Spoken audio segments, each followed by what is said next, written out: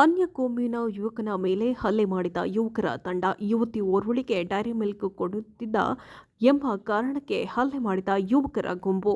Mudigere bus ನಿಲ್ದಾಣದ ಬಳಿ ಘಟನೆ ನಡೆದಿದೆ. ಮಂಗಳವಾರ ಸಂಜೆ 6:30 ಸಮಯದಲ್ಲಿ ಮೂಡಿಗೆರೆ ಬಸ್ ನಿಲ್ದಾಣದಲ್ಲಿ ಅನ್ಯ ಕೋಮಿನ ಯುವತಿಯೋರ್ವಳಿಗೆ ಡೈರಿ ಮಿಲ್ಕ್ ಕೊಡುವಾಗ ಶಿಫ್ಟ್ ವಿಟಿಐ ಕಾರಿನಲ್ಲಿ ಬಂದ 5ರಿಂದ 6 ಯುವಕರು ಗುಂಪು ಹಲ್ಲೆ ಮಾಡಲಾಗಿದೆ.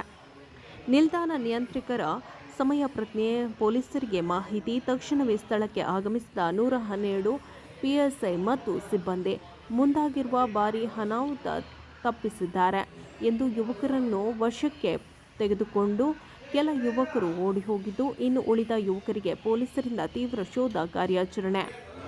ಬಸ್ ನಿಲ್ದಾಣದಲ್ಲಿ ಪುಂಡ ಯುವಕರ ಹಾವಳಿ ಹೆಚ್ಚಾಗಿದ್ದು, ಮೂಡಿಗೆರೆ ಬಸ್ ನಿಲ್ದಾಣದಲ್ಲಿ ಒಂದು ಪೊಲೀಸ್ ಚೌಕಿ ಇಲ್ಲದೆ ಇರುವುದು ಬೇಸರದ ಸಂಗತಿ ಎಂದು ಪ್ರಯಾಣಿಕರು ಬೇಸರ ವ್ಯಕ್ತಪಡಿಸಿದರು.